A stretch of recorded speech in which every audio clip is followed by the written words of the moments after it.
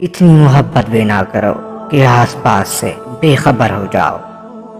سب سے بڑی کمزوری تمہاری مایوسی ہے۔ جب تک انسان مشکلات کے مصائب میں گرفتار نہیں ہوتا، اس کے جوہر نہیں کھلتے۔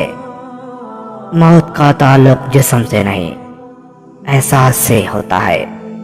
خدا ہمیں وہاں ملتا ہے جہاں ہم خود سے بھی چھپنا چاہتے ہیں۔ جہیز کا مطالبہ شریفانہ ڈھاکہ ہے۔ وہ عورت سب سے زیادہ کمتر ہے جو اپنے شوہر کی نافرمانی کرتی ہے اور اپنے شوہر کی باتوں کو ہلکا لیتی ہے۔ اس سے زیادہ کمتر اور کوئی نہیں ہو سکتا۔ 4 چیزوں کو تھوڑا نہ سمجھو: قرض، مرض، دشمن اور آگ۔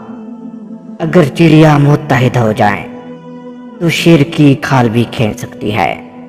کسی کا دل توڑنے سے پہلے سوچ لو کہ تم بھی دل رکھتے ہو، اور جب دل ٹوٹتا ہے تو اس کی آواز کسی کو سنائی نہیں دیتی۔ کسی بیوقوف کے ساتھ بحث مت کیجیے، وہ آپ کو مٹی کارے میں گھسیٹ دے گا، کیونکہ اس کو لت پت ہونے میں مزہ آ رہا ہوگا اور آپ خواہ میں خوار ہو رہے ہوں گے۔ اس معاشرے میں عورت کا مرتبہ کیسے بلند ہو سکتا ہے جہاں مردوں کی لڑائی میں ماں بہن کی گالیاں دی جاتی ہیں؟ کام کرنے والوں کی قدر کرو، کان بھرنے والوں کی نہیں، کیونکہ کام کرنے والے آپ کو بہت کم ملتے ہیں اور کان بھرنے والے ہر جگہ پہ میسر ہوتے ہیں۔ 4 آدمیوں سے ہمیشہ بچ کے رہیں، کیونکہ یہ سانپ سے بھی زیادہ خطرناک ہوتے ہیں۔ ایسا انسان جو آپ کا دوست ہو اور پیٹھ پیچھے آپ کے خلاف چالیں چلتا ہو، یہ دوست کی شکل میں ایک سانپ کی مانند ہے جو آپ کو کسی وقت ڈس سکتا ہے۔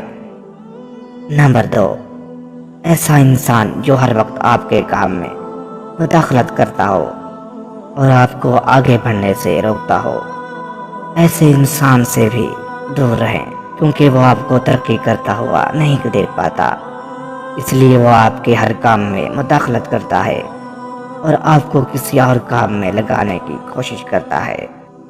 نمبر 3، ایسا انسان جو آپ کو ہر وقت مطلب کے وقت یاد کرتا ہو، کیونکہ وہ آپ کو اپنے مطلب کے لیے، اپنے کام کے لیے یاد کرتا ہے۔ ایسے انسان سے دور رہیں، جب اس کا مطلب نکل چکا ہوتا ہے تو آپ کو وہ بھول جاتا ہے۔ نمبر 4، ہمیشہ لالچی انسان سے دور رہیں، چاہے آپ کا دوست ہو یا آپ کا رشتہ دار، کیونکہ لالچ بری بلا ہے۔ جب انسان لالچ میں پڑ سکتا ہے تو وہ رشتوں کی پہچان بھول جاتا ہے۔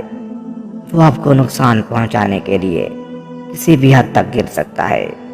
اس لیے میرے دوست، لالچی انسان سے دور رہیں۔